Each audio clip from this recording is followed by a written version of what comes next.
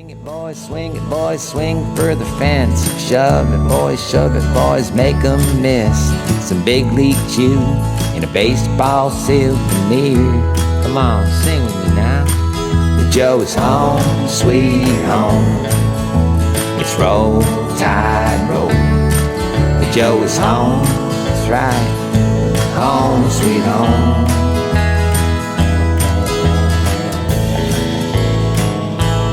Hey, look, is that Roll Tide Willie over there? Blitz, Bama, Blitz. Thanks again. You hear that song every week. It's that familiar theme, the Joe from Peter Slide and Campland. Thank you. It's the Weekly Joe. I'm Paul Graham. I've got Roger Myers, Drew Champlin, Meghan Dennis, and Griffen Smith. We've got everybody from Texas, from South Carolina, Tuscaloosa, Birmingham, and then our special guest this week is David Kindred, former Alabama player. You hear him occasionally on our games now with the SEC Network as a game analyst. David, welcome. Guys, thank you for having me. I'm honored to be on as the Weekly Joe continues to catapult up the podcast charts. Exactly. We love to hear that. You're our second guest. This is our, I think it's our 12th recording on these formats. Our previous guest his university closed down, so hopefully you don't have the same luck here. But it had already kind of happened. He landed on his feet very nicely, as we talked about last week. Now the pitching coach at Valdosta State on that staff. But we do welcome you again. We're going to try to incorporate guests here once in a while, so you don't have to listen to us drone on and on. But we're glad to hear you, David. We'll start with you. Give us a little background on yourself and. A lot of listeners aren't going to know Alabama baseball fortunes from 12, 14 years ago. And tell us a little bit about your time here and what you're doing now.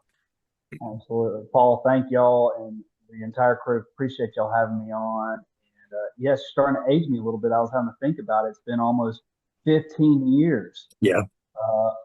Since wearing the Alabama uniform. But yeah, just a little bit background on me. Grew up here in Tuscaloosa at ACA.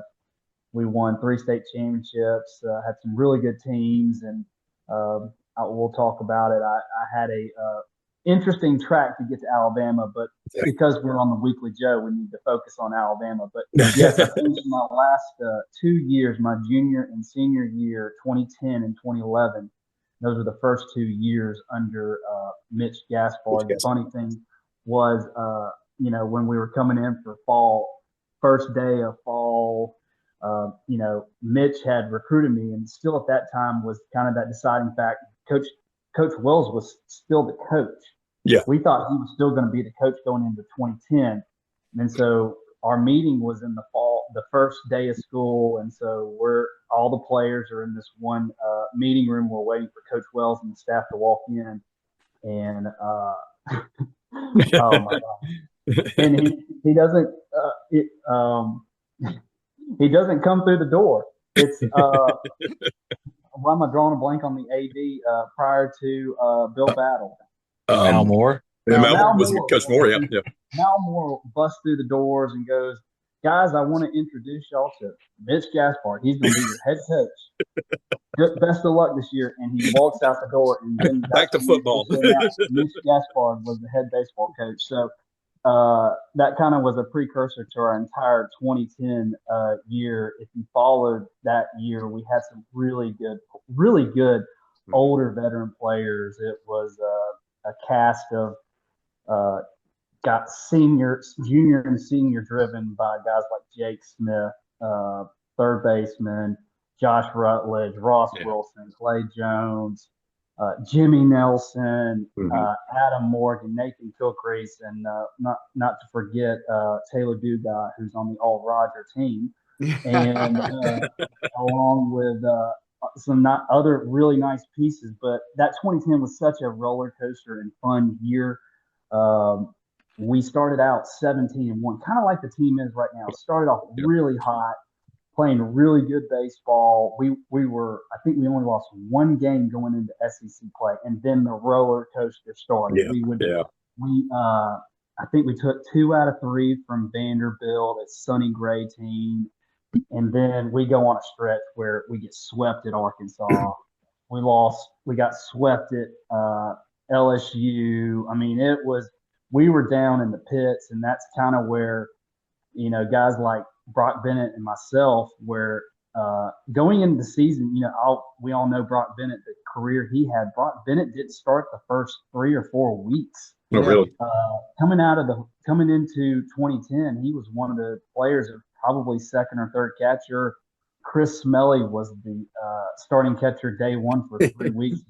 Just couldn't figure it out. I mean, That one didn't last long. No, it didn't last long, but there was no doubts he was going to be the opening day starter. But Right. Brock Bennett got his opportunity when we were kind of in a low point and took off. And we were also, like I said, we were in that stretch where we had lost a ton of SEC games, and we just couldn't get a designated, just anybody to hit. So that was just kind of my opportunity early in SEC play, and then kind of ran with it at the DH spot. But we were kind of at a crossroads where, that 2010, we went down to another side note in this Justin LeBron deal is the small things that I share with Justin LeBron. There's only one thing is that we share in common is we both share a weird record, and their first home run happened to be inside the park.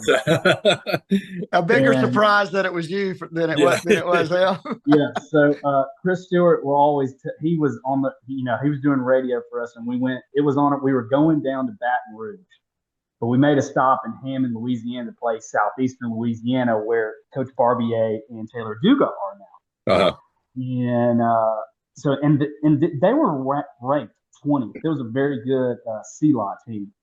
And so I hit a ball deep right field, and the fences at Southeastern Louisiana were wooded.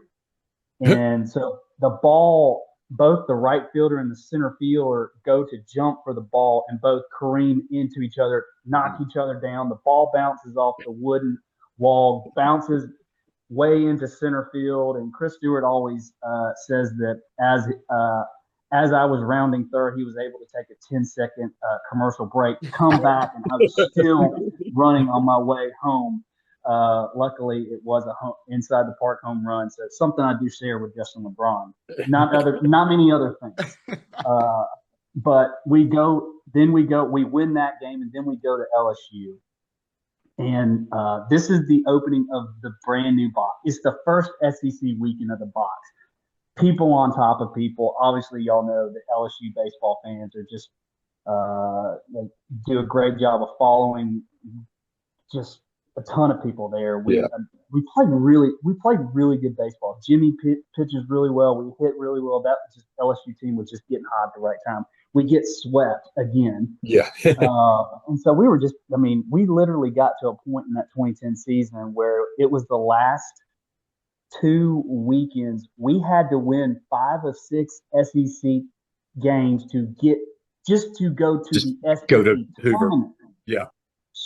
Scraping by. And like I told you, all the players that I mentioned, we had all the talent and the pieces in place. It was just a gauntlet. Like we went to South Carolina and only got 1 game, and we played really good. And y'all know South Carolina won it that year. They won it. Yep. So our last 2 weekend series are Ole Miss, and we take 2 or 3 from them, and then we go to Tennessee, and we have to sweep to get to the tournament. We sweep Tennessee to get in the tournament. So we're just ecstatic. We're just going to the tournament. So it's like we're playing on house money. And so at this point, we're playing really good. Jake Smith's really turning it on. He struggled a lot of the year, but hitting the ball really well. Jimmy and Peanut are literally going 7, 8, 9 innings every single every game. Our depth in the back end was just our Achilles heel. We just didn't have many guys. If Peanut or Jimmy Nelson couldn't go, we were bringing Jake Smith in to close the games out, and he was one of our best third basemen. He was closing games out for us. He did. Jake did really well too in the few games that he closed. He got several saves that year. He really did. But like I said, we scraped into the just got in. Yeah. And so this is one of the highlights that we'll talk about a little bit more. But going into that SEC tournament, we were the last seed. Clearly, we just screeched in. We're playing Auburn, and so it's opening. It's the opening day of SEC tournament. It's a 9:30 a.m. 9:30. And just like Roger was talking about before we got going, you got all the parents who are always there. My parents or my dad would always be at the game at least an hour before. He couldn't get in. He didn't get into the stadium until the third inning. It was the third highest at that time. It was the third highest attended game in SEC tournament history, just because it was Auburn, Alabama, and Hoover. And like I said, Auburn was an offensive good team, juggernaut really good with team. Hunter Morris and a lot of other really good pieces. So they were obviously the favorite. But guess who? We're just like I said, Mitch is rolling. I mean, we got nothing to lose. I mean, we just barely get in the tournament. It's like we gotta put everything into every single game. There's no holding anything back. So we start Jimmy Nelson, who's our Friday guy, on Wednesday. Jimmy this is where he probably just had his absolute best start. Goes a complete game, shuts Auburn out, pitches a whale of a game. I end up having I remember 2 or 3 hits, one hit to kind of put us away in the 8th inning. And I can't tell you. 2 for 5, and you scored a run. I'm looking at the box. Yeah. And that, I would tell you, that's probably beating Auburn in that atmosphere and the kind of that takeoff of, like I was telling you, the up and down of 2010. We just knew it was, we were going to do something big. I remember getting back on that bus and thinking, the excitement, the ecstatic. You saw what this weekend of the guys that when they won the weekend, that high. I mean, that felt that same thing when we were on that bus going back to the Hoover, back to the Winfrey. But then we turn around and we're playing Ole Miss, where I originally started out. So I mean, just everybody's ecstatic. I mean, Peanut starts that game, shocker. And Peanut has I believe Peanut, I can't remember how many innings he went, but I started that game too. I can't remember. I don't know how many hits I had or not, but playing that game was just kind of really fun, just for me, just from where I started at Ole Miss and getting to play there. But that's where, for me, the story of probably where my career and people most remember me was my cancer diagnosis. So to back up a little bit, obviously I'm 21 years old at the time, probably in my best physical condition. We finished playing Auburn. I played the entire game. We go back to the Winfrey, and I can't remember. I think Brock was my roommate at the hotel, and I remember getting on the bed right before we went to bed, and I was like, I just feel like I just ran a marathon. I feel like I got a bowling ball on my chest. And he's like, shut up, man. You're just hyped from the game. And I was like, yeah, you're probably right. It's like heartburn is what they tell you. Yeah. So I mean the next day we play Ole Miss. I mean, who I played, who I originally started with, had the same feelings, played the game. And I remember going up to my trainer, Joe Hofer, who'd been a longtime trainer, and I just told him, I said, hey, Joe, I know we just played a game, and I told him the same thing. I was like, I'm having trouble breathing. Like, when I say breathing, it was like if you take that deep breath, something would just catch it. Just something wasn't right. But it wasn't anything that was like, I was kind of hesitant to say anything because I was playing, and I was like, I don't want to stop on this run we're on. And so after winning the first 2 games, beating Auburn and Ole Miss, we had an off day. The next day, I remember we drove around all throughout Birmingham, going to dock in the boxes. We went to a couple of hospitals. I mean, we thought I had a heart murmur. It was, maybe you got super high blood pressure. Because, I mean, all these doctors are like, this is a 21-year-old just playing the game. We're not doing all this stuff. But I just kept telling Joe, I was like, I just think we need to do something more. And so I remember we were driving around in a 50-passenger bus with just the bus driver, me, and Joe Hofer. And I mean, we're just laughing, having a good time. We're talking about we're going to play Florida.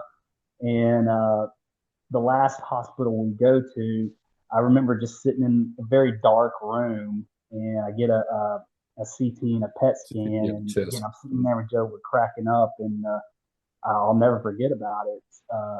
Doctor walks back in and said, "Hey, I got some serious news for you. I think you have cancer." Hmm. And I'm looking at Joe and I'm just like, "There's no way. There's no way." I mean, we're just sitting there talking, and it started to hit me. I'm just like, and just crazy me. I was like, "Am I going to be able to play tomorrow?" And we can laugh about this now, First but things first. yeah, can I play tomorrow? And the doctor goes, "This thing's serious, David. This is I don't know how serious this is. You need to go home. I'm gonna schedule a biopsy for you tomorrow. Biopsy, just And side note, David's father was a longtime CEO of Druid City Hospital. So we made quick work of getting the biopsy where they literally cut just one spot right here just to identify and confirm it was what they thought. It was Hodgkin's lymphoma stage 2. And I remember I had the surgery and we played. So I did not play. And so all the team knew was, hey, they told Coach Gaspard and the team, said, "Hey, David's got a serious illness. We don't know what it is, but he's out indefinitely." So right from there, they were plugging and playing with DH. I can't remember who we were. It was one guy in, one guy out for Florida, but I remember Adam Morgan pitched a heck of a game. We won that game in 7. So that put us in the championship game with LSU.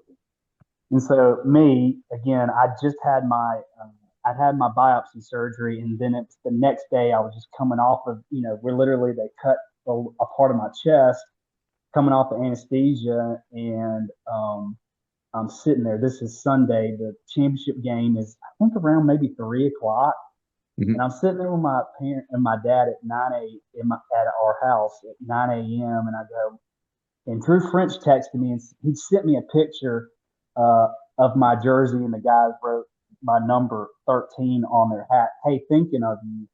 And I was like, I texted him back again. I said, "Get that jersey off the locker room. I'm coming there. I'm wearing it." I'm wearing it. Yeah.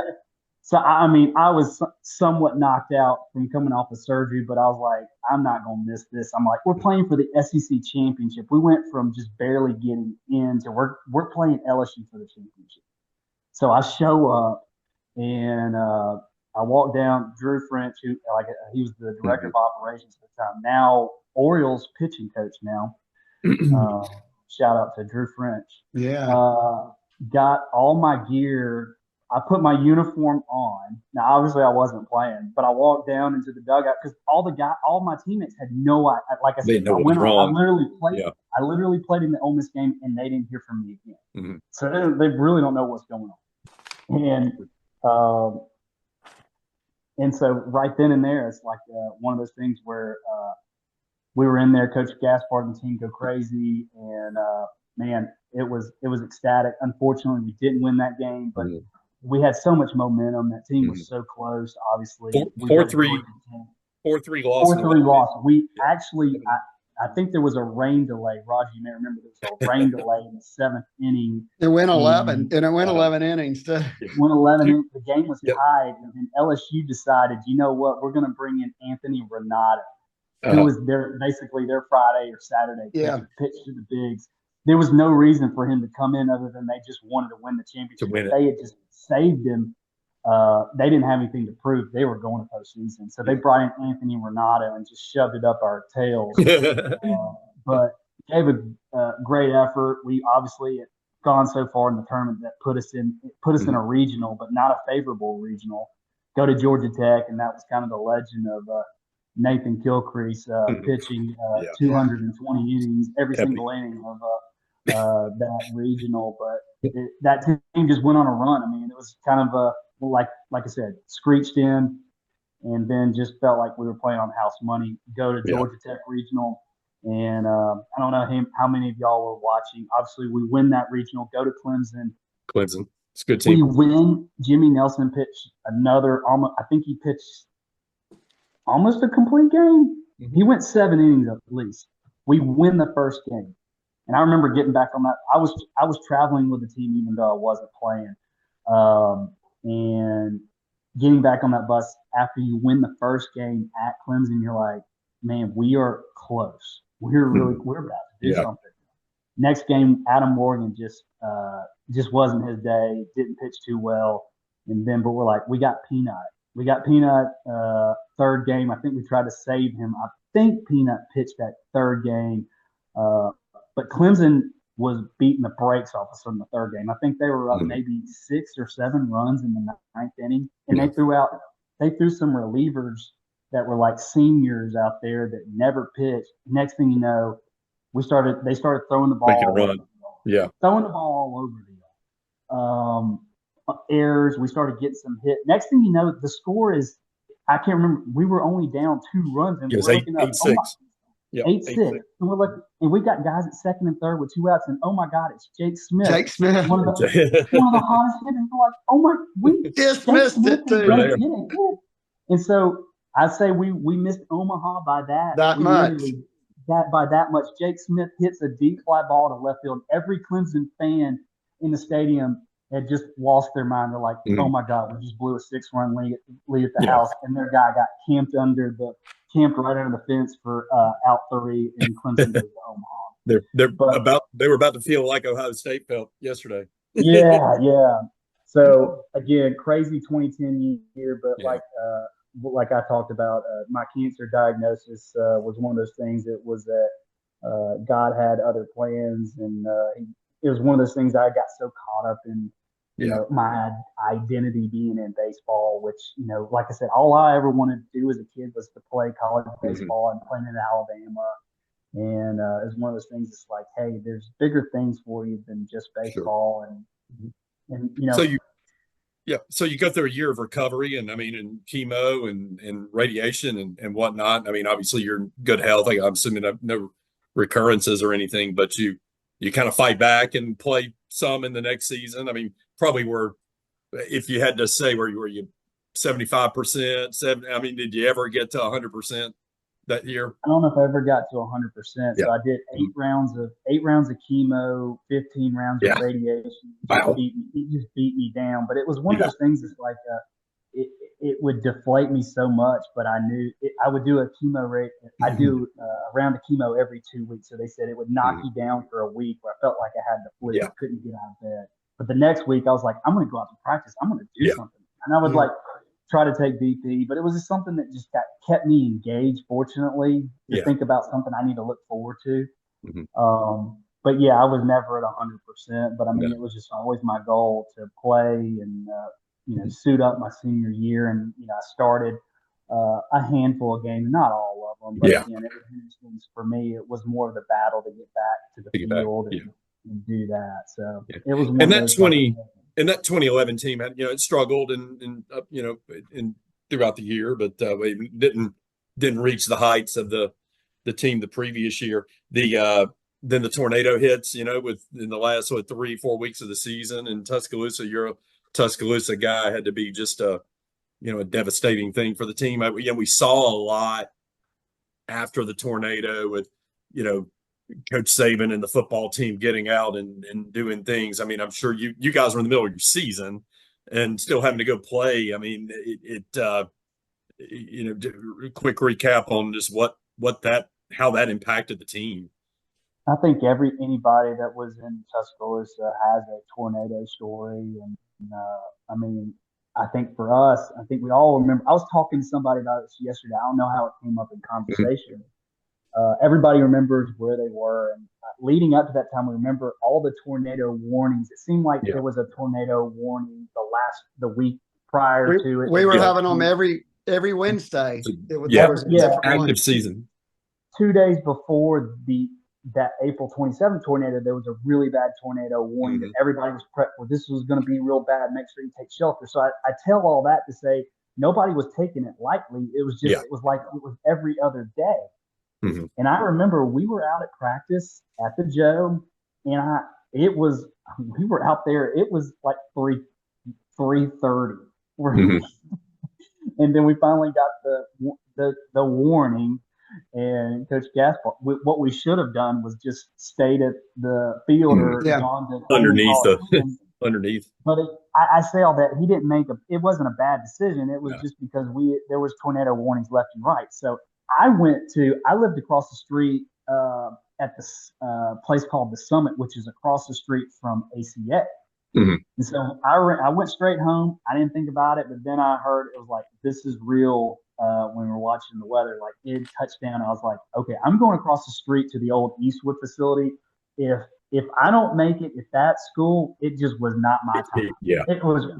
I'm sorry, it was my time. You know, it was back over to ACA. Yeah. Yeah. So I went back over there, and I just remember, it just felt like everything you hear, your ears popping, a train coming through. I mean, my truck got destroyed, and I just remember just the devastation and walking out, like everybody's like looking around, like what just happened? Like just a bunch of zombies. Like we don't know what to do. Yeah. Yeah. But I will never. Where do you start? Right. Yeah, where do you start? I'll never forget the two teammates, Josh Rosecrans and Nate Montgomery. No, Nate Kennedy. Nate Kennedy.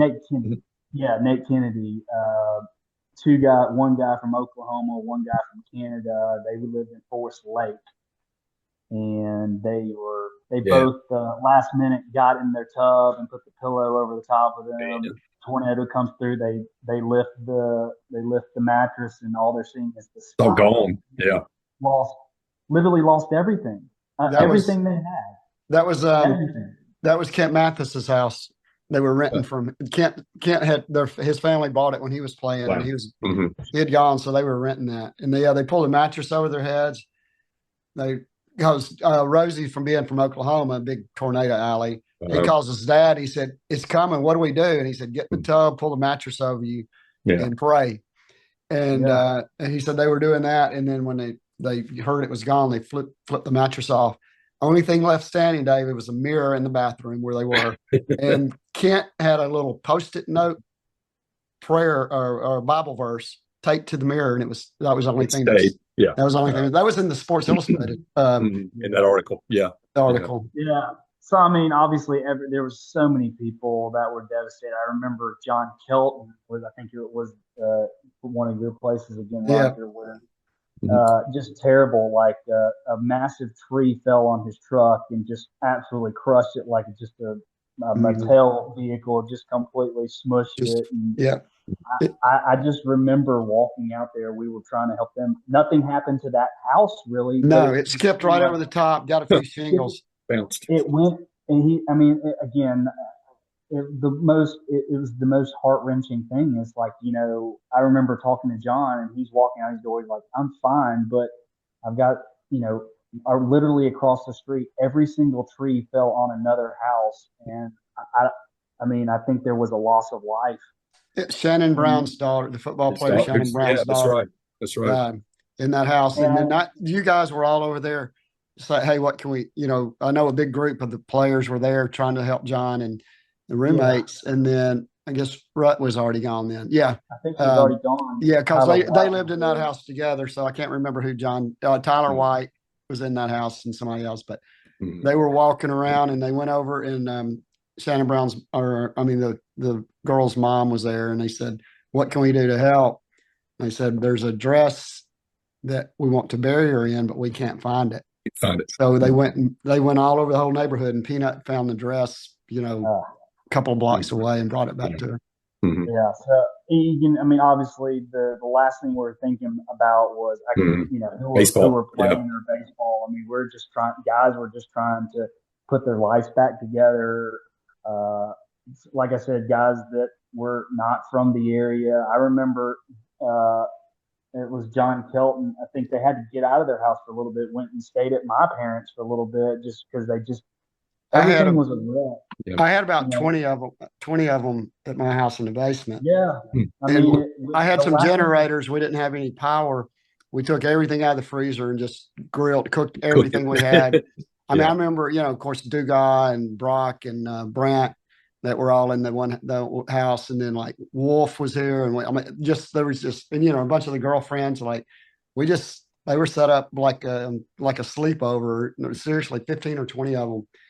And for several days, because obviously they couldn't get in get in that house, Kelton's house, or some of the other ones either. So Yeah. we were fortunate. We had 20 something houses severely damaged or destroyed, and we didn't have one single person No life. get hurt, much less killed. Yeah. So many stories, so many Yeah. impactful stories like that. And I mean, in that, from those events there, it's interesting you're right in the middle of it. I mean, you lived right through it. It's just amazing that. And then these guys were killed. Then these guys go to Mississippi State 2 days later and take what, 2 out of 3? I think. Yeah. I think we took 2 out of 3, but I just remember Brett Whitaker hits a pinch hit home run to win one. So good point there, Roger. Brett Whitaker, who's now a local dentist here, and he was I can say this about him now because we both played at Shelton State before we came to Alabama. He's a really good hitter, albeit he tried to put all his, really wanted to focus on pitching, but he didn't bat. He rarely batted junior year. Senior really dedicated most of his time to pitching, but Right. I just remember it was Sunday and the game was tied, and we literally didn't. Again, we needed a home run because this was the year that they killed the bats. Like they dumbed them down. It was the first year of the BB core bat. So I mean, it's like we needed somebody to run one out of the yard. There was nobody getting 3 hits in a row. I mean, it was just you were just scratching for anything you could get. We would kill for the bats they had today. Nonetheless, Brett Whitaker, Mitch Gaspard, Brett's sitting down there by Joe Hofer, the trainer, at the end of the dugout, just eating some Snickers bars. I think he had a Snickers bar in his back pocket. Mitch Gaspard, Whitaker grab a bat. We're all looking at him like, dude hadn't had any bat this year. Like they brought hit when they put his scoreboard up on the scoreboard. It said Brett Whitaker, pitcher. Batting 0. They're like, that's the best y'all got? Sure enough, the Mississippi State pitcher just grooves in the fastball. First pitch, Brett runs one out of the yard and it puts us up. And I mean, it's something as funny as that as you can laugh. I mean, we needed something to get some momentum and just to feel good about ourselves after everything was going on. But yes, Brett Whitaker home run to put us up to take the series from Mississippi State. But yes, 2011 was amazing. I mean, we had it was really led by Adam Morgan and Peanut. More pitching led. It was the first year of the BB core bat, so it was. I think Taylor Dugas led us with maybe 6 or 7 home runs. 8 that year. Not many, yeah. And he led with 4. He led with 4 the next year. Yeah, I mean, there were terrible bats, but they really wanted to change the game. That was the first year that they had heightened the seams on the baseball, which obviously cut down on was more wind resistant. We needed everything we could get. It was just they wanted to turn the game upside down from all the home runs the last couple prior years. But we still went to a regional. Florida State just ran into a really good team there, but a lot of fun there. That's a lot of fun. Great to hear. I'm glad to give the background for everybody here. A lot of parents of current players and, giving a little more of the history of the program. Tell everybody, obviously you're with SEC Network and doing our games, and tell us what else you do during the day. Sure. So, like I said, after getting done playing, I wanted to be around the game. Mitch asked me to come back in 2015, 2016, was briefly on the staff there. Always wanted to get into coaching, just never quite took off. Mitch Gaspard finished up in 2016, decided to go to Kansas State. But I'd always had a yearning to, be around baseball. Always thought that I wanted to coach, but didn't pan out for me. Right. But again, working for the SEC Network, going in my 3rd year now, it's been a lot of fun. I got to, the best part about doing it is the pre-game BP, where you get to catch up with the coaches, and some coaches on the other side, which I played with, or was a coach, when I was playing too. So it's good catching up with some of these players, but to step in a different arena to have a new challenge with guys like Chris Stewart, Roger Hoover, a lot of the experts in the game, and it's a challenge. Like I said, it's having somebody in your ear telling you wrap it up in 5, which I'm trying to get used to, but it's been a lot of fun being around calling baseball and having a lot of fun with it. I mean, my goal in that just doing color is, if there's somebody listening out there, you learn something new, or hopefully to bring some energy to the game and something Mhm. exactly what y'all are doing. So That's what we do here on the Weekly, Joe, every Yeah, year. Good to hear. Well, we appreciate it. Thanks for all the background on that. And we'll get into games and what's going on with the team. Now we got a little of your background. Very eventful week to say the least. A couple of midweek wins, a couple of romps, honestly, over Middle Tennessee, win over Alabama State. Maybe the coldest game you've ever sat through, Roger. I don't know. No, maybe the top 10. Yeah. This past, believe it or not, Jacksonville, Florida, Friday night was miserable. All three in Austin, Texas. Austin, Texas. I was thinking of those 3 years ago, and any trip to Kentucky or Missouri. No, yeah, or worse, right, Dave? Y'all went to Kentucky in 2010, didn't you? Yeah, 2010 Kentucky was very, very cold. It just seemed like it didn't matter if it was February or April. It was going to be cold and wet. Right. But that was the previous record for the largest comeback. Was it 2010? Kentucky, yeah. Yeah. But Paul, that midweek was it Tuesday? Right. That was Tuesday was much worse than Wednesday, right? Is that the way it was? Wednesday was worse. Yeah. Wednesday was the game we were doing. I decided, it won't be that cold. I'll just have my sports jacket. And Roger Hoover looked like he just come off the frozen tundra. Yeah, and I had like 8 layers of different stuff on, and I saw you down there. I wish I had. Yeah. I sat that one out, and as you know, Roger, Evelyn would have been miserable and cold. Oh there. gosh, yes.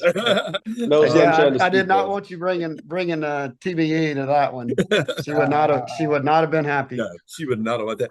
The bad news of it, the whole week was good news, except for one thing. Garrett Staten got hit in the hand early in the Bradley game. Had surgery, is broken, shattered, and no. First at bat in the Middle Tennessee game. Middle Tennessee, yeah, I'm sorry. Yeah. Broken finger, had surgery later in the week. A few weeks, we're hearing. Hopefully, it's, who knows? Report that, and talking to his dad, he thinks he said worst case is if they put pins in, if they put screws in, it's quicker. And I don't think there's really any way of knowing. It's just depending on how he gains his strength back, his timing back, and all that, or how how it heals.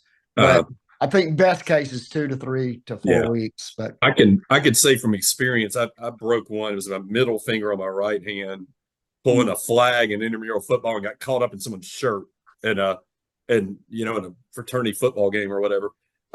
Broke it through the knuckle. They pinned it. And it was broken through this knuckle, so they pinned it down to about here. And I remember the weirdest thing, like waking up from that surgery, and I've got this pin sticking out like a foot before they clipped it. And so they snip it and leave it about an eighth of an inch or a quarter of an inch out, and you're wearing a splint around. And if you happen to like bump it into a wall or something, it's almost like shocking. Your shit sends a charge up your whole body, and then they put you back under 3 weeks later, pull that pin, and it's pretty much good as new. Or at least that's how pin worked. Yeah. I don't know what he had, but that's my just can't wait to hear what you have next year, because last year it's the thickness at State, and we gave you your background. Now it's this, so whatever happens next week, I'll give everybody details of my colonoscopy or something. We'll talk about that, but yeah, that was the bummer of the midweek. And so what that does is just creates another situation for us where we're a little thinner at position players. We talked about it a little bit before, Drew. We're so deep in pitching right now, a little thinner at the position, but feels like we said it, if you could afford to lose anyone or have anyone out for a little bit, it was a pitcher. But then you lose the guy probably going to play third base for you a good bit. Yeah, it's disappointing, because I thought Staten could be a guy whose hit tool would transfer pretty well, even into the SEC. But it's like we have the two catchers, but if you think of those two catchers as one position, we really have 10 guys kind of rotating. So you've got your 9, how they are, how they have been the last 4 games, more than likely going forward. I don't know if he's going to give another guy a chance or not. Maybe this next couple weekends we'll see some young guys get at bats, maybe late in the game. But I think he's going to roll with these guys, and hopefully Staten will come back soon and be productive and kind of you as a fan, I think you always just want your coach to have a tough decision to make, and so I think when he comes back, hopefully by early mid SEC play, we're back to full strength. Yeah, Drew, I think you're right. I think that injury is something he can get back as early as maybe a week, but how aggressively can you grip the bat? I mean, that's right. Yeah. Mm-hmm. And I think that's one of those things that opened up the door. Like I said, you made a good point, Paul, about the depth on the offense. That's kind of what supplanted Brennan Norton to be. He knew he was going to start. He'd had a good game on Saturday, but he was still in and out and jockeying for position. And obviously, we'll talk more about his explosion, great weekend he had. But he came in and got two hits off the bench in that Middle Tennessee game, and obviously hadn't looked back since. No. Yeah, very, very. It does narrow it down a little bit. I mean, you're seeing now kind of a pretty steady rotation.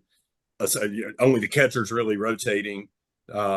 Mizell's pretty well settled in the DH position. The outfield's pretty well set. I think you will see some guys kind of rolling there. Not everybody will stay healthy all year. You're going to have some guys banged up, and you're going to get some guys in. So I think we'll see a little more of that. But we hope Garrett does well with that recovery and is back soon. So we ease into the Alabama State game. Was pretty uneventful aside from it being so cold. I mean, we just you do what you got to do in that game, and I think our guys did it.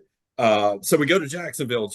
Big step up in competition. You got Coastal Carolina, who's Meghan's employer, and who has a world championship banner on their fences. So and is a perennial regional team, sometimes super.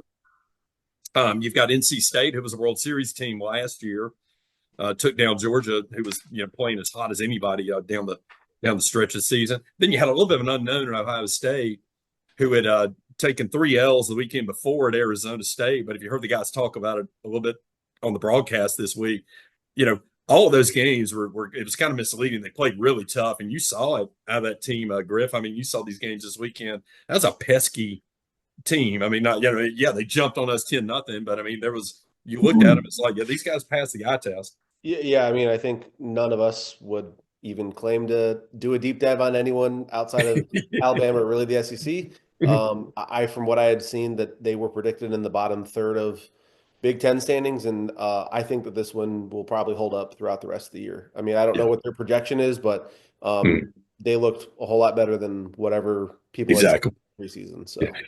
Pitching depth may be an issue there. I mean, they went with some guys an awfully long time for being the second weekend of the season, which tells you on a Sunday that they've got some challenging depth issues.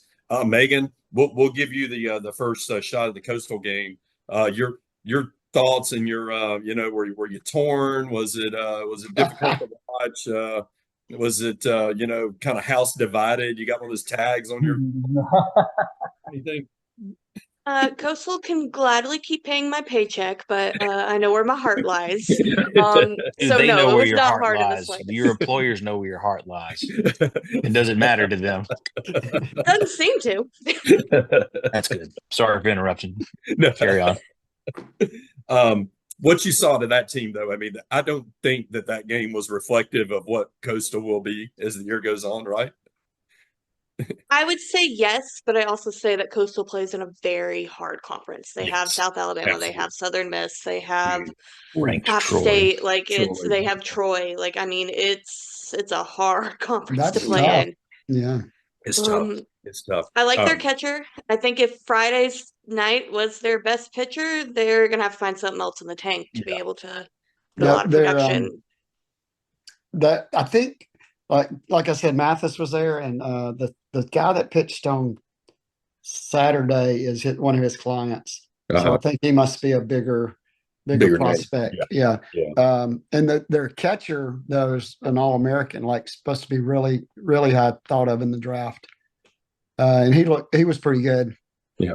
I thought. Have we seen a game? I'm trying to, think in my own, aside from maybe, watching my kids playing in the 3rd grade, the first year that guys started pitching, 12 walks, 3 hit batsmen and 3 errors. That sounds like a 9-year-old Mountain Brook rec league game. Anybody seen anything like that or ever been a part of that? Was that did I really see that? It was a rough watch, but You I'm really just glad did see. You really did glad see we it. won. I mean, have to defer to the people that were there, but I mean, I would say that, you know, you got to tip your cap to Alabama for, you know, being patient, especially in the Ohio State game when you get down 10-0. It always seems to be one of those things. It's like you get overly aggressive, or you're trying to get all 10 runs back in one inning. You can't hit a 10-run home run. So right. And then when you hit a 4-run home run, the guy reaches over the wall and brings it back. So kind of like, to keep your head in it, and after that is even more. I found it really interesting, the comments after the game. Coach Vaughn in his comments, referred to what a bunch of savages the hitters were. I was like, I don't think I've ever heard a coach say that about a team that just walked 12 times. But he had 3 hits. I think he had a point, though. I mean, they had good at bats, yeah. Yes, but absolutely. I mean, I'm gonna just say the cold weather. I don't know. I mean, I know everybody's playing in the cold right now, but the cold weather, the umpires were not very good. No. I was gonna say I wasn't there. For those that were there, I mean, do we know the SEC or what conference those umpires were from, Roger?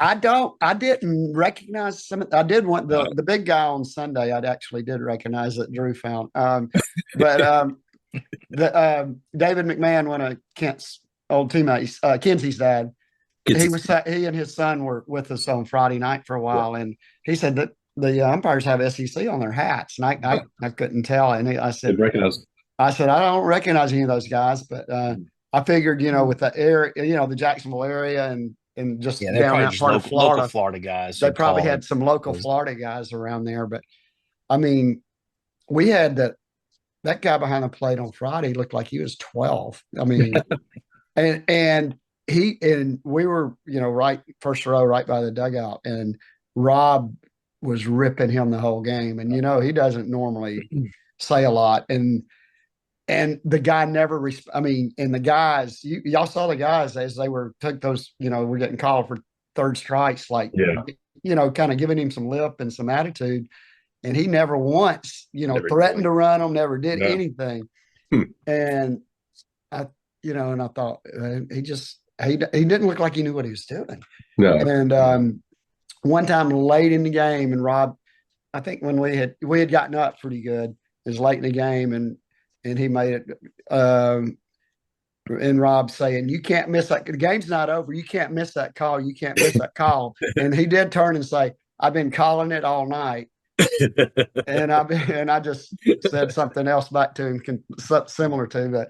You've been calling something all night, but Well, y'all mentioned that being super cold that entire weekend. I can share this with you now. So I did Tuesday and Wednesday's game. Tuesday's game it's somewhat cold, but the weather is supposed to look even worse.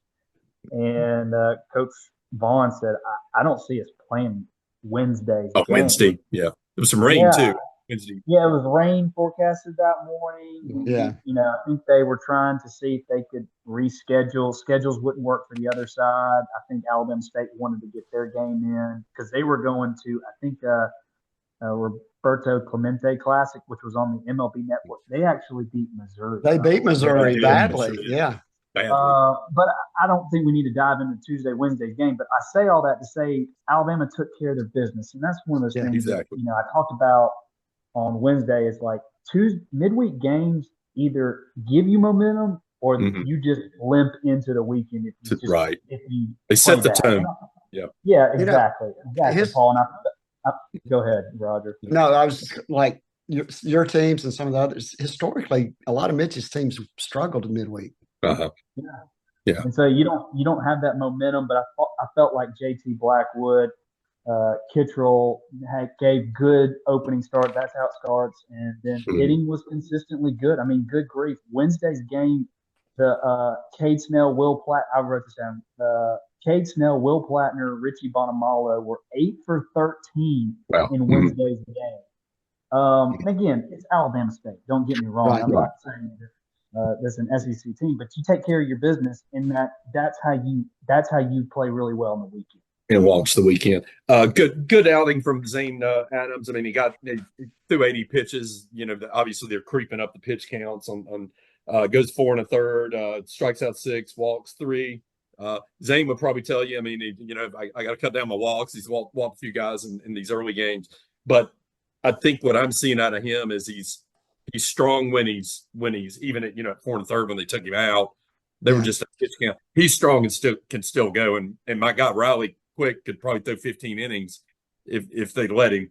And so felt good about that. The bullpen combos, I think I tweeted about this that I feel like that our best bullpen combo, or I did, was Faye, Ball to get the lefties, get those 2 lefties in the 7th or 8th or whatever it be.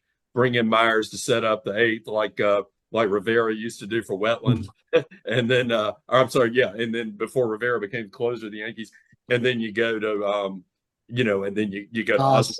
We didn't have to go to Osmer because we extended the lead there, but I really think, the way those guys are throwing, the thing I see too is like Faye probably could have come back on Sunday. We went to some of the other guys, and so I don't think we've thrown, and Myers too. He threw 26 pitches on Friday. He could have gone again Sunday. Some of those guys are durable, and I think as the season goes on, you might see some more of them Friday, Sunday.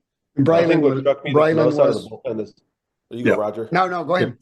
I was gonna say, I think what struck me most is that the bullpen gives you so many options. There's so many guys, so many different release points. You got strong lefties, you got strong righties.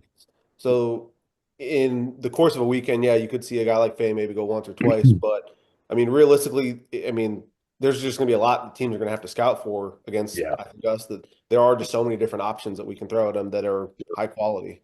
I think they'll squeeze down as we go. But Braylon was warming up Sunday. David's. Oh, sorry. Go ahead. When they went to Tate, Braylon had been warming up and was warming up during that time.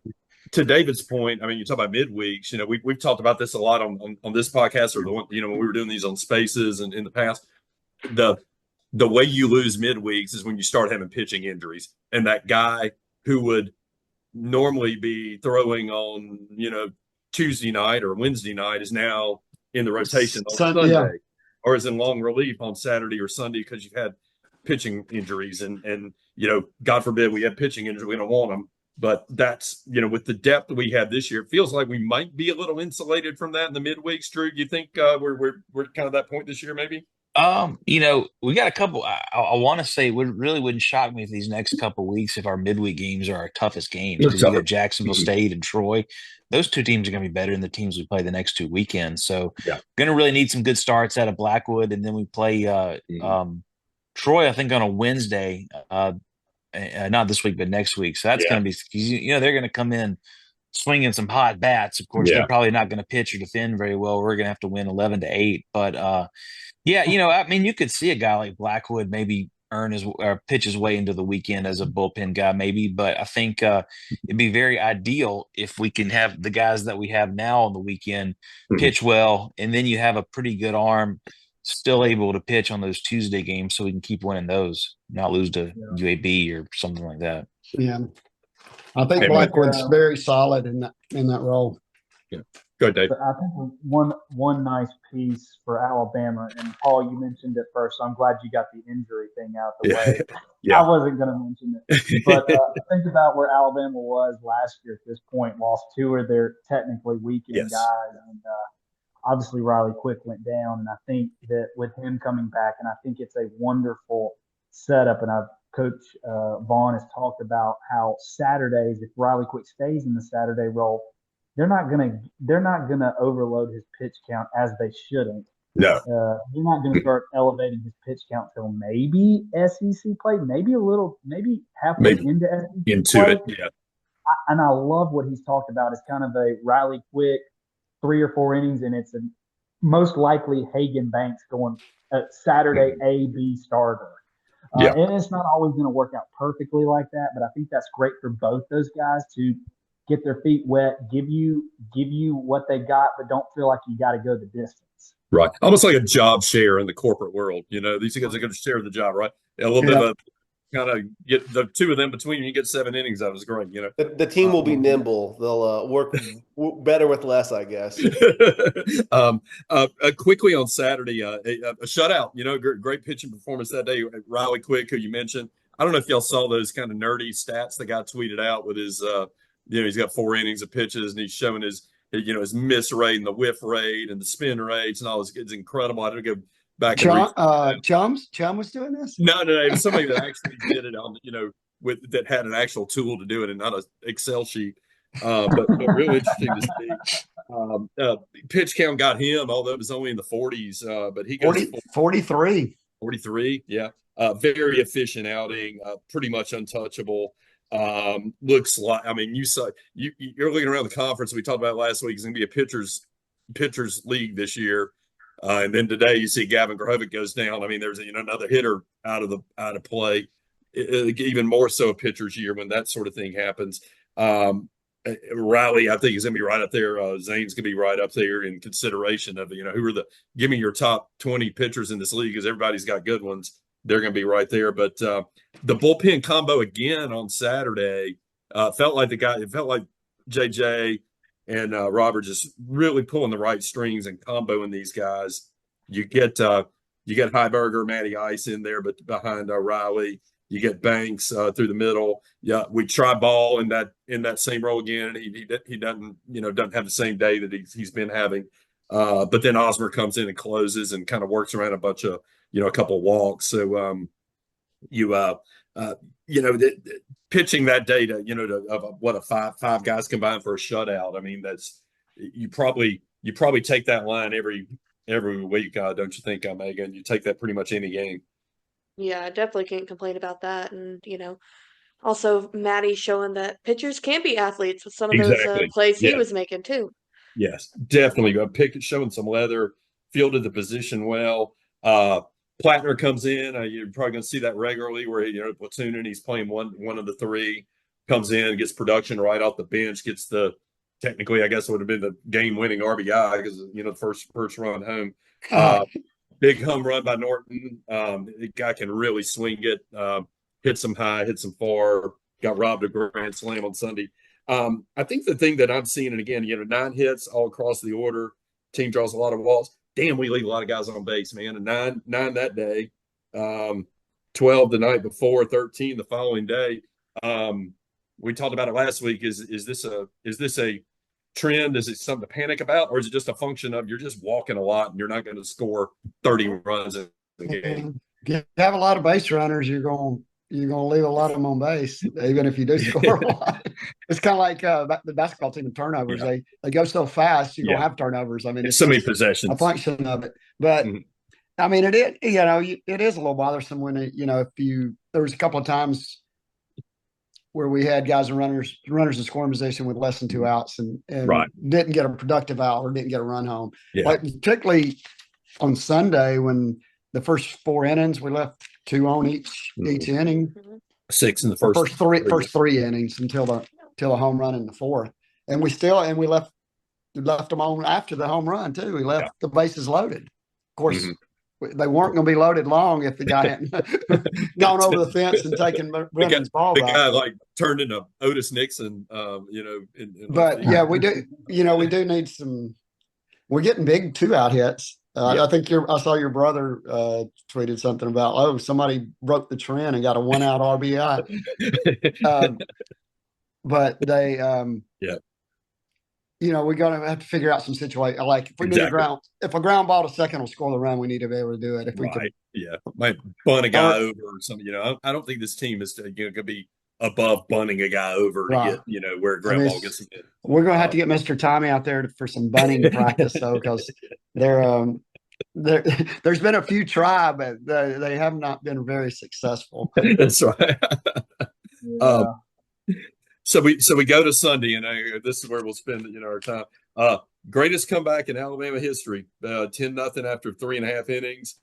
We come back, we win at 12-10 on probably one of the most dramatic moments in Alabama baseball history. We'll touch on that in a minute. The defense by Ohio State. You get this you get the catch in center field that saved 2 runs. I mean, we were going to score 2 on that play. That's probably going to be a double or a triple. Yes. Unbelievable catch. And then the left fielder, who was a catcher, they said by trade, gets out Wow. there, finds the wall. And if you watch the replay of it, I tweeted about this. I mean, it's not like he went straight up over. Yeah. He reached back because he had overrun. He was going this way. Yeah. Exactly. Because it's got a little spin to it. And he obviously, I mean, any of us against the wall are going to get a little disoriented. Makes that play. The catch in the bullpen was it robbed Bronny of an at bat. So all that's going on. You're down 10-0, and you're chipping back, and all these things are happening, but you still keep your head in the game, and you don't lose faith. I don't know that I ever felt like, oh yeah, we're going to win this game. I never felt fully confident, but I never felt like, oh, this team's going to mail it in, and this 10-3 is how it's going to end. It felt like they were fully engaged, and they were going to find a way. Yeah, I definitely feel like that since Rob's taken over, it's been that pack mentality of, I think he said in one of the press conferences, like, just keep hitting. Like, good things are going to happen as long as you just keep hitting. And that's definitely, what happened. And that's how I felt after LeBron's, first of 2 3-run bombs. Yeah, the first 107-mile-an-hour exit. Right. 438 feet. I mean, that was ridiculous. But just keep hitting, and things will keep adding up. And sure enough.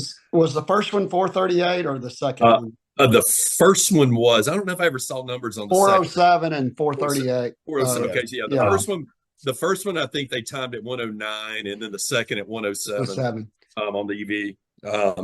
His dad said he thought the first one was the longer of the two, and I thought I couldn't tell on the graphic which one they were talking about. Yeah, I think the first one was. I thought Hodo's was longer than both. I thought Hodo's, and they were all in the same spot. The same spot, same guy. Construction workers were getting a collection up there. If only there was a hit the sign to win a car, people would be leaving Jacksonville happy. But win a suit like back in the 20s, Babe Ruth days. Get a suit, hit the bull, get a suit.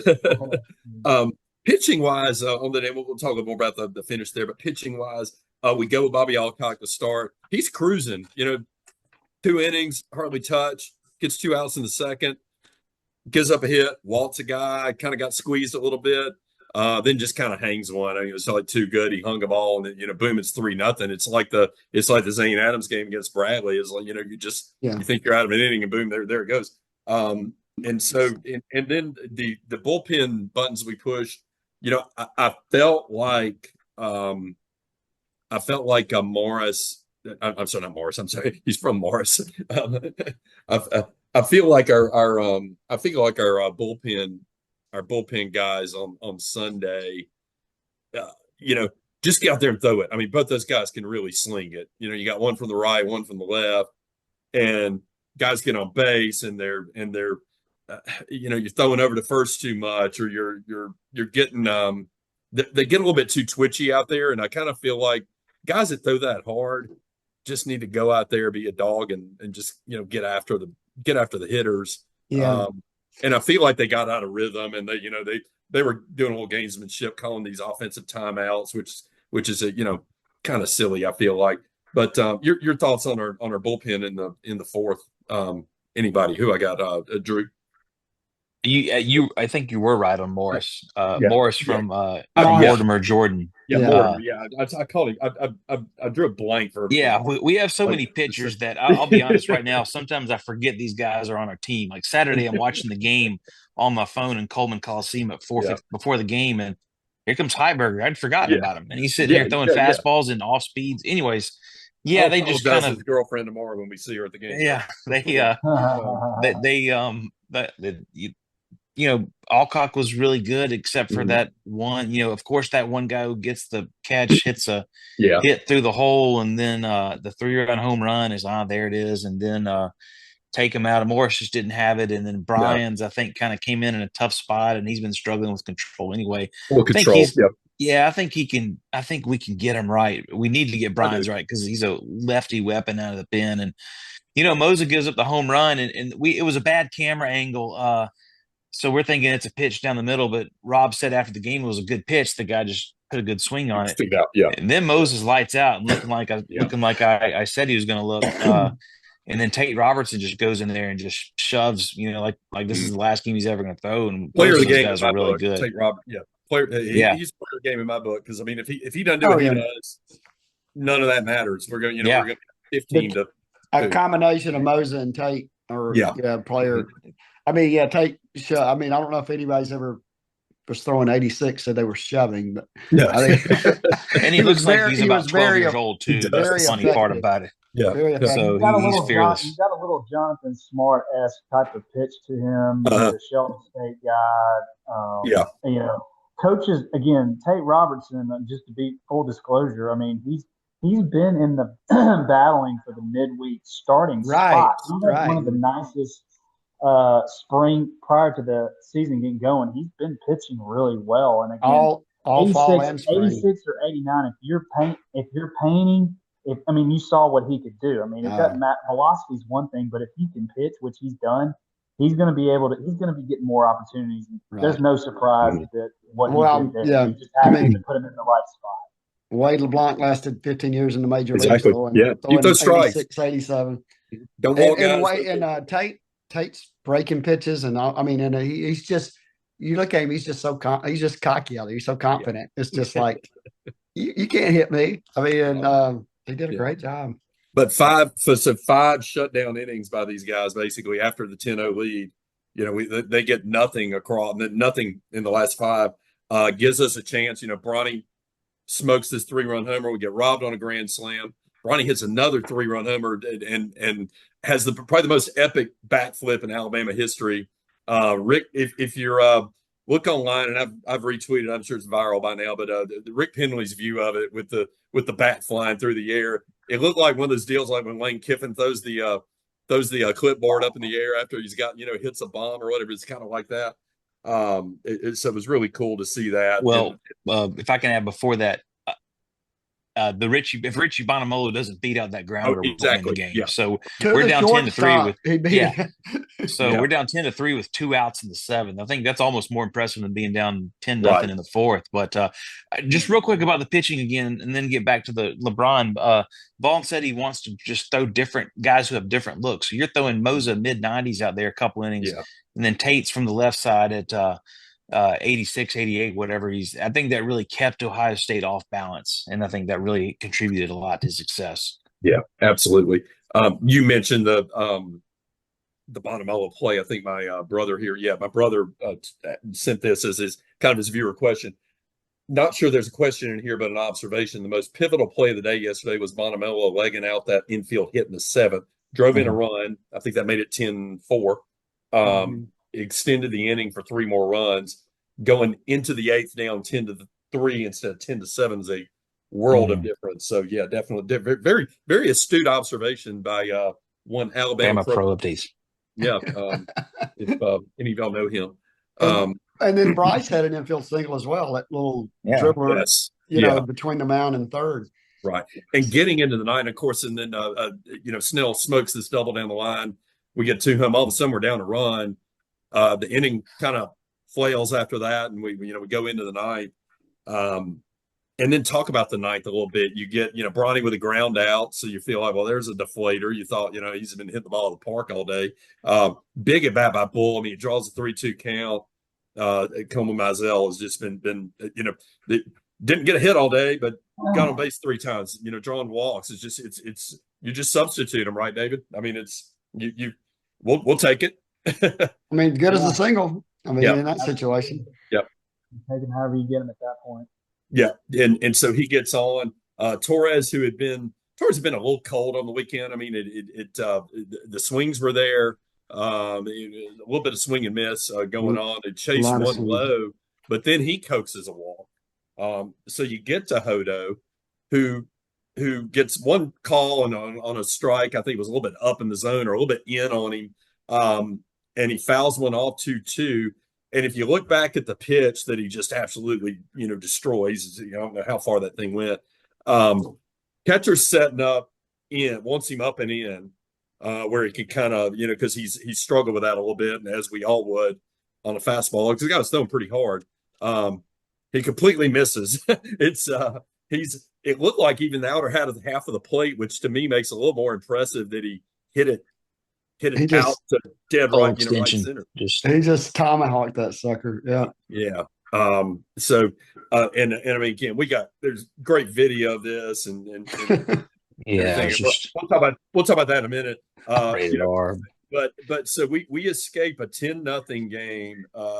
We win 12-10, biggest comeback in Alabama history. We lead 13 again, but I kind of go back to 5 of them were on just 2 incredible defensive plays. So maybe it's not, and we're just getting guys on and guys are fighting and fighting and trying to, scrap to get on base and doing everything they can. Anyone up and down that order that anyone would be particularly concerned about? It's pretty concise, 10 guys pretty much taking all the swings. Any concern about anybody and what, or what you're seeing offensively of anybody right now? Well, Brady's been working his way on base some with some walks, but he hadn't shown any power, to speak of yet. I mean, he's hit some balls well, but I mean, he needs to start finding some grass or something off the wall. And Torres, we know it was really hot last week, but he had a ton of swing and miss this week. And there were situations like it seemed like prior to this weekend, every time there was a runner on second or second and third, and he was up, he was driving them in. Right. And he had that situation several times this weekend, and wasn't able to do it. But he, this time last week we were worried about Hodo and Snell. Yeah, and then look at Snell 3-hit day yesterday. So I mean, it's you can't take such a small sample size and really say a whole lot. Because it's fun to overreact with baseball. Right. But everybody's doing something to help. Exactly. Yeah. Up and down that order. When Plattner gets his chances, he does well. Norton was in and out, and now he's kind of a major cog right now. He had a good weekend, but I mean, Snell had the most hits in the 3 games. He had 5. Yeah. Norton had 4. We had 3 guys that had 3 each, and a ton of walks. Just a ton. I think as far as the walks and the guys left on base, it definitely was not our A baseball by any means this weekend. But the fact that we still came away with 3 wins, 3 very different games too. 3 exactly. I mean, that's kind of what I'm still. To Roger's point, I'm still feeling good about it.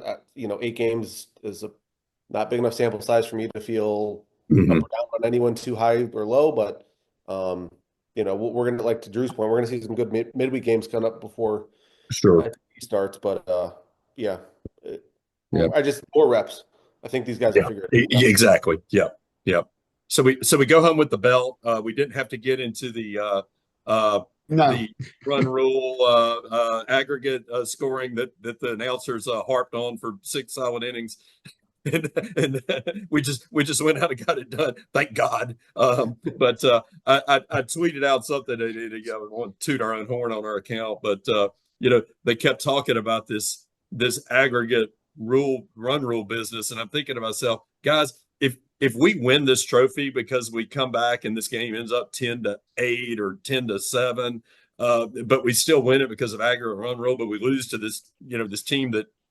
We just get knocked down by this team. Yeah, that trophy is going to get the same treatment Scott Cochran gave the the runner-up that year and whatever that was, 2016 team or whatever.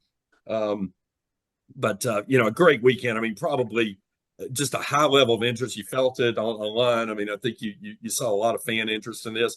I'll ask this. We talked a little bit. Greatest single games in Alabama sports history, and football's got them going back all over the place. There's some great hoops ones, whether it be if you go all the way back to 82 and win the SEC tournament at Rupp, or Petway to Sam Hagginus hitting that layup to beat Florida, or the half court by Trevor Relaford, anything like that. Arkansas in the 92 SEC tournament. But let's talk about baseball. There's a bigger Elliott Washington. Yeah. A lot of Elliott. Yeah. But a lot of, it's a bigger sample in baseball. You play 50 something games a year, right? Or 60 if you make it a little further.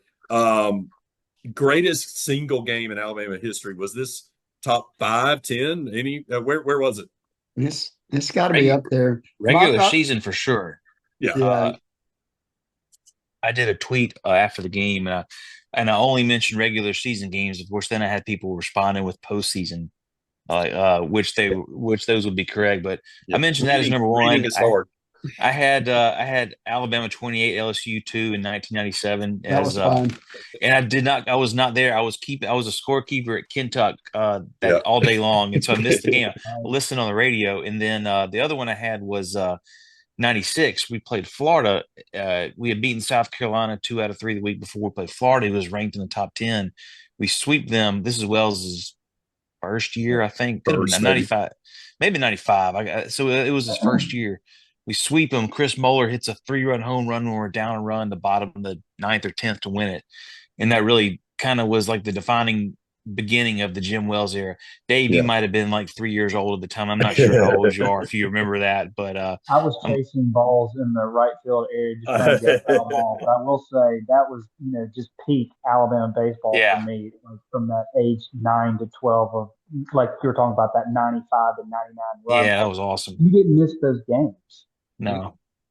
Record attendance was great. That was but the Brett Whitaker home run in that Mississippi State game, man, that was special. I mean, I watched that from Dothan. I remember it was like a top of the 10th or 11th inning home run, and we won like 5-4, and I think we won the series. I can't remember exactly which game it was. Maybe the Sunday, but I'm sure there's several others. Like Deacon Metters tweeted back at me about Dugas game-winning home run against Auburn again. That game, I don't remember that game, but that's my favorite Alabama baseball moment. Yeah, Dugas walk-off home run in the bottom of the 9th against Auburn. In the favorite Joe was that 2012. 2012. Yeah, and then later that year, Kelton's last at bats against Georgia, and he got the game-winning hit. And they wouldn't look at him when he was in high school, and he took a lot of pride in that one. Getting the regional back in 2023 with when the Tommy busting it down the line with a half a hamstring. Oh man, that was in that game. But the 2006 fight with Florida, Cody Valverde and Gavin Dickey. That's one of my favorites. You sent the YouTube of that around the other day. That was incredible. Yeah, kind of recency bias, but I mean, you got we're talking about 23, or even last year the Gage Miller home run in the Tennessee game, and Tennessee goes on to win the national championship. I think too, back to 2023, and the day after, the night after the story had broken with Bo, and Pink just destroys a ball to left field, and grand slam. That game, while not as meaningful, maybe it kind of set the tone for the rest of the season for that team. The LSU game last year on Sunday, where we jump out 4-0 and we're just hanging on for dear life and pull out the 4-3 win, against a really good team. A few that just come to mind recently. But to me, I mean, this had to be top 5, top 10. Oh yeah.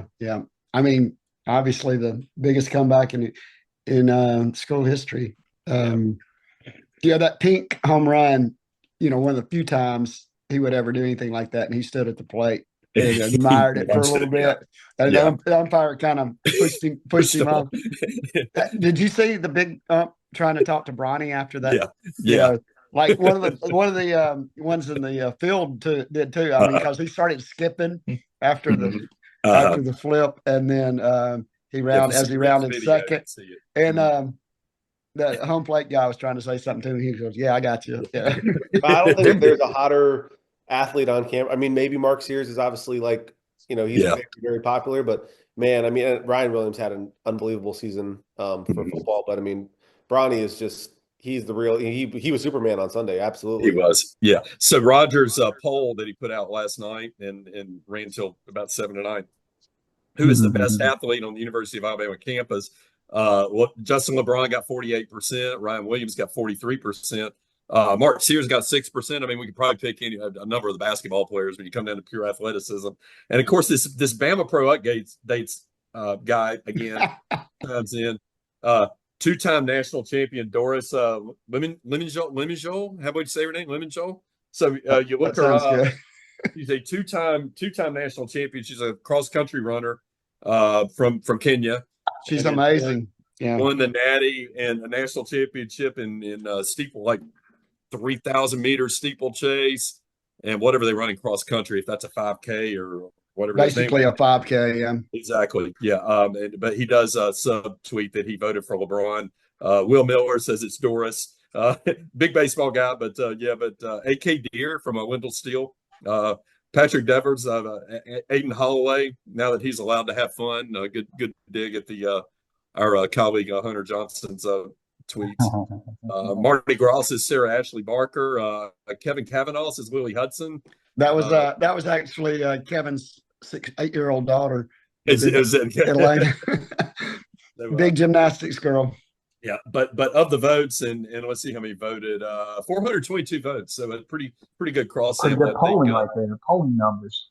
Yeah, exactly. I guess you'd probably go back to how often is the quote best athlete on campus a baseball player at Alabama? Right. Can I say, I was going to say, when we say athlete or skill, some of y'all saw the NIL thing when Ryan Williams out there doing the baseball skills, not to diminish his play, but I mean, you throw any athlete into a baseball field, right. It looks like they've never done it before. I would say skill has got to be Justin LeBron. Yes. I'm not saying he's the most athletic, but skill set. You have to delineate. My wording could have been better. I mean, like, I'm not talking about athlete. I mean, because then you're going, you get a decathlete, like the decathlete, that's your best athlete, or pure. Obviously, the basketball player, the pure athletic basketball players, or your Ryan Williamses, but most skilled athlete, maybe if they're particular sport, But I mean, I think people understand what we're saying, and I mean, I think out of all of them, whoever's on campus right now, Bronny's going to be the highest draft pick in any of their sports. Exactly. Yeah. I mean, and Ryan will be a very high pick. He'll be up there, but a lot of that depends. I mean, in the NFL, it's going to be the quarterbacks first. It's right. The left tackles first. I mean, it's not always who the the best athlete or wide receiver. Like maybe top 15, but still be one of the better athletes. Right. Want to get to a couple of quick things and before we close it tonight.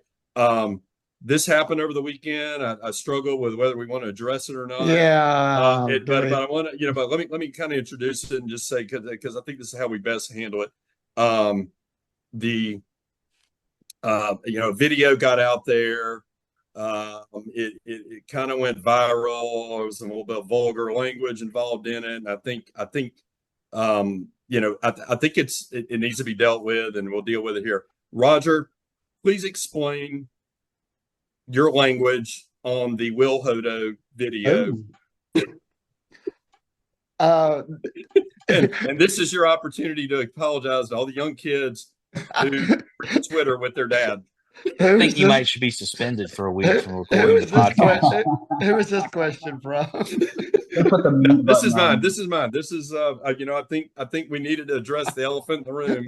That was spur of the moment excitement. Pure adrenaline. And I would do it again in the same situation. Go ahead, Dave. Roger, I was going to say, if you wanted to punt that one, but to talk about what happened this weekend, hey, I'm going to tell you, I've been in plenty of locker rooms, and we just recapped a wonderful weekend, and they should have been excited. And I would tell you, that kind of stuff happens in the locker room. There's nothing wrong. I don't have any problem with what they were doing in the locker room. Unfortunately, they made a mistake. It's what happened in the locker room. That's a sacred place. It should have stayed right there. And I'll leave it at that. And I'm sure those guys it got out there, and they made a mistake. But you know what? They're going to be better because of it. I'm not going to excuse what they sent out there. It shouldn't have happened. But that kind of stuff, it's okay when it stays in the locker room. So I don't know if Roger was punting that one, but again, Roger, in that point in the game where that's just natural excitement. Exactly. If it's not in the right context. If you're just casually scrolling down your feed, you don't understand that. I appreciate your excitement, Roger. Well, the one thing is too, it's like when I'm doing those videos, I forget that they actually pick something up. Like, some of them I'll be talking to Paul or Kent or somebody, and it's just like some dumb conversation while it's going on, and then it comes out, and I was like, I don't even. The best was when during the scrimmage with the Clemson in the fall, one of the, it was, I don't know which one, maybe the D1 or whoever had their camera there, perfect. Yes. They heard our whole conversation, man. They had their camera like right there frozen. We're talking away the whole time about, whatever. I mean, politics or, how's your wife doing? Or we're just going on and on. And the guy like clips, he did 100 clips of like every picture from right. Yeah. And every one of them, our voices are on them talking about this mundane stuff. I'm like, God, I didn't say the wrong thing on this thing. Right. Well, he came down and he put it where he's tried to put it where Jonathan's camera goes every game, and he's like, I said, that's Jonathan's spot, and like he just did it anyway. And then Jonathan came, and then he came back and moved John. And it's like, so I wonder. I hadn't even thought to ask Jonathan if their camera picks us up too. Oh, no, it does. He and I have had that conversation, but he gets it. Okay. Yeah. All right. So let's see a couple of quick listener questions. Michael Southern, basketball guy. How offensive can the offense be in year 2 under Vaughn? Meghan, take that one. Well, I don't know. We're not gonna beat LSU 28-2 without the bats, but what are you seeing here? A lot of guys on base, and are we going to score the runs though? I think that's what really kind of will tell. I mean, we're getting the guys on base, which is definitely step one. I think things we've struggled with in years past. Now it's kind of trying to find who is getting those hits before it's 2 outs. Who's going to come through with 1 out, no outs, and guys. So we're not leaving on 30 guys throughout the weekend. 33 over the weekend. Yep. That's the next question. Charles Branch, our good friend with Crimson Crossover, who I can bring to a game with his boys here one weekend here soon. 33 free passes between walks and hit by pitches on the weekend. Patient approach from Alabama hitters or bad pitching? What you think, David? A little bit of both. Now, again, I have to say I was not there in person, but I will say, obviously there was cold elements. I think some of these pitchers, it sounds like there was some erratic umpiring. Elements weren't great, but I will say Alabama took advantage of a patient approach. I mean, good grief. Will Hodo, I think he was top 10 in the SEC last year in walks, led the team last year in walks. I mean, this is a team that's patient and older. So I would say a little bit of both, but that's one of those offensive things that we kind of somewhat overlook, but a good thing. Yeah. Somebody touched on this in earlier conversation. Can we, from King's Henry, can we just talk about how good Brendan Norton is going to be for us this year? Dude crushes the baseball. Griff, what have you liked, or what have you seen on Brendan? What do you like?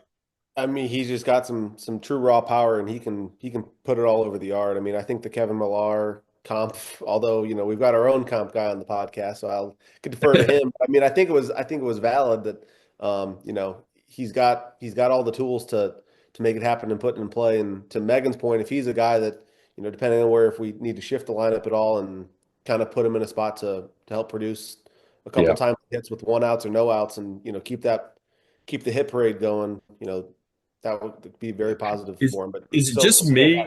Yeah.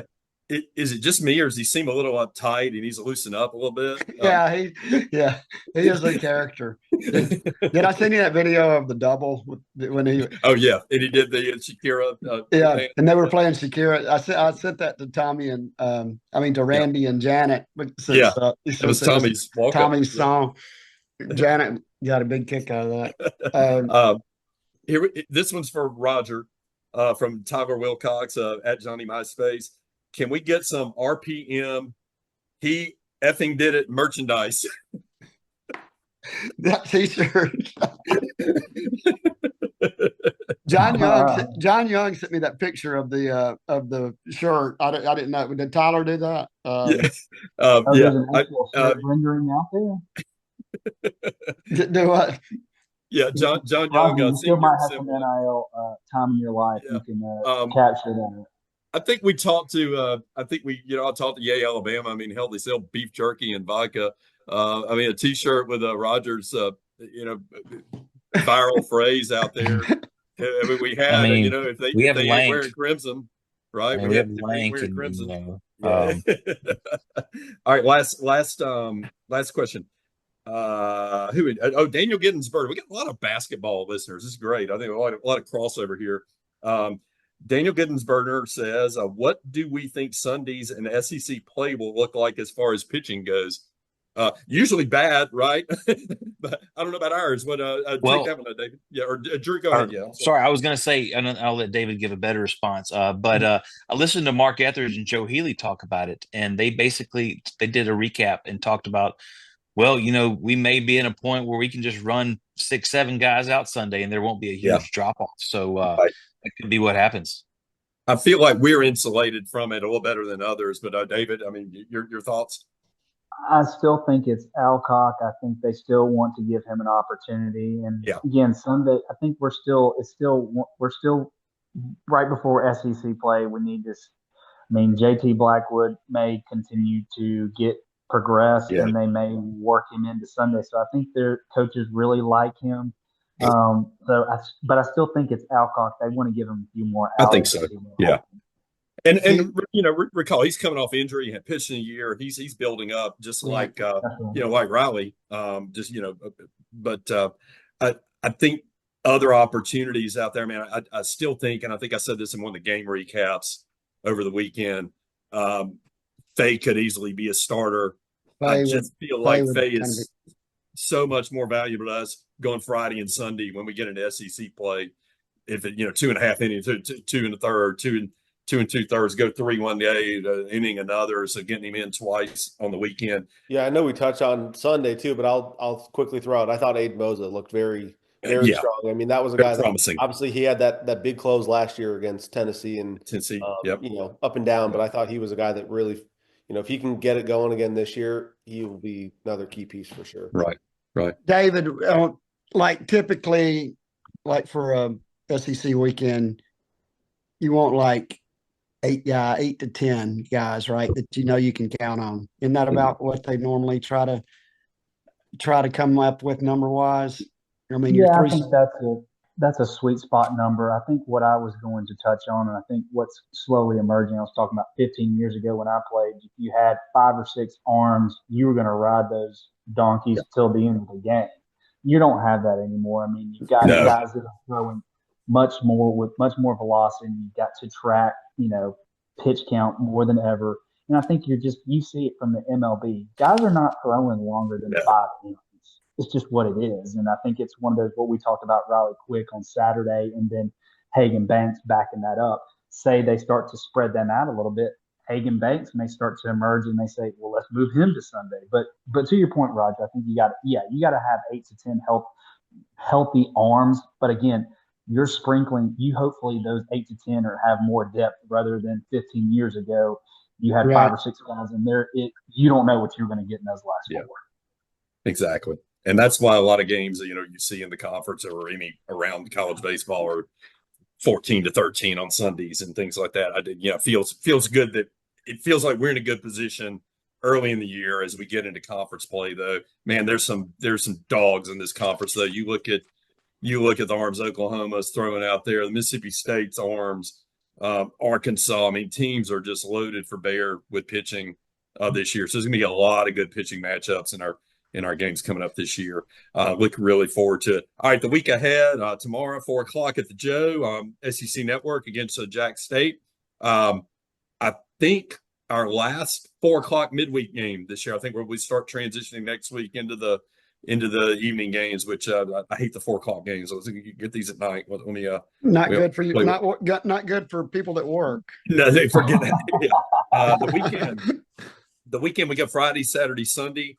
At 4 p.m. Friday, 2 p.m. Saturday, 1 p.m. Sunday, kind of what you're used to, versus North Dakota State. They're coming to town. They came off. They got a win on Sunday. It was their first of the year.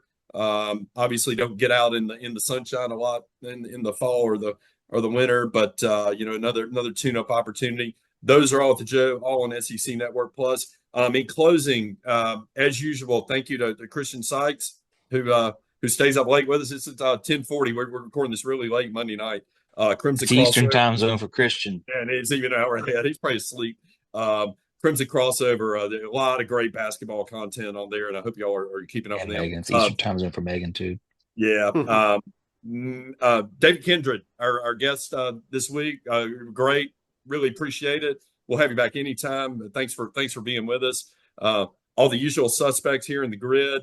Let me point this out. We crossed 400 Twitter followers on our @WeeklyJokePod account last week. We hit 500 this weekend. I think we're like 530. So a lot being driven there, and we appreciate everybody that's following us and looking to us for content. Griffen's doing great work on the Insta account. He kind of revived that. I'm a little older. I don't know Insta as well, but he's revving that up. The media covering the team. Simon at 100.9, Peyton and Will with Bama Central, the SI account. Ryan at Patch. We're going to have him on sometime here soon. I've told him we'll have him again. Our guy Rob Vaughn Sharpie, who's I think a student. Actually, we're going to have him on sometime. That's so great. Yeah. His name's Cayenne or at VUA, Nick Elliott, all those guys. Some other media who aren't doing as great a job, like the guy from Mobile who was, I think, for AL.com, who's just on the Mardi Gras beat this weekend or something, and then tried to post an Alabama baseball article stirring things. Well, he's on our list. But these other guys are doing great work. I think it's great for the team. It's good to see what's going on with this team. A lot of good vibes, I think, into this season, 8-0 to start it. And we hope to keep it alive this week. Appreciate all you guys and gals. Thanks for being here. We'll let Peter and Campland take it away with Joe, and we will see you all back here next week. Thanks, everybody. Thank you, guys. Thanks. Hey, appreciate it. Swing it, boys, swing for the fence. Shove it, boys, make 'em miss. Some big league chew and a baseball souvenir. Come on, sing with me now. The Joe is home, sweet home. It's roll, tide, roll. The Joe is home, that's right. Home, sweet home.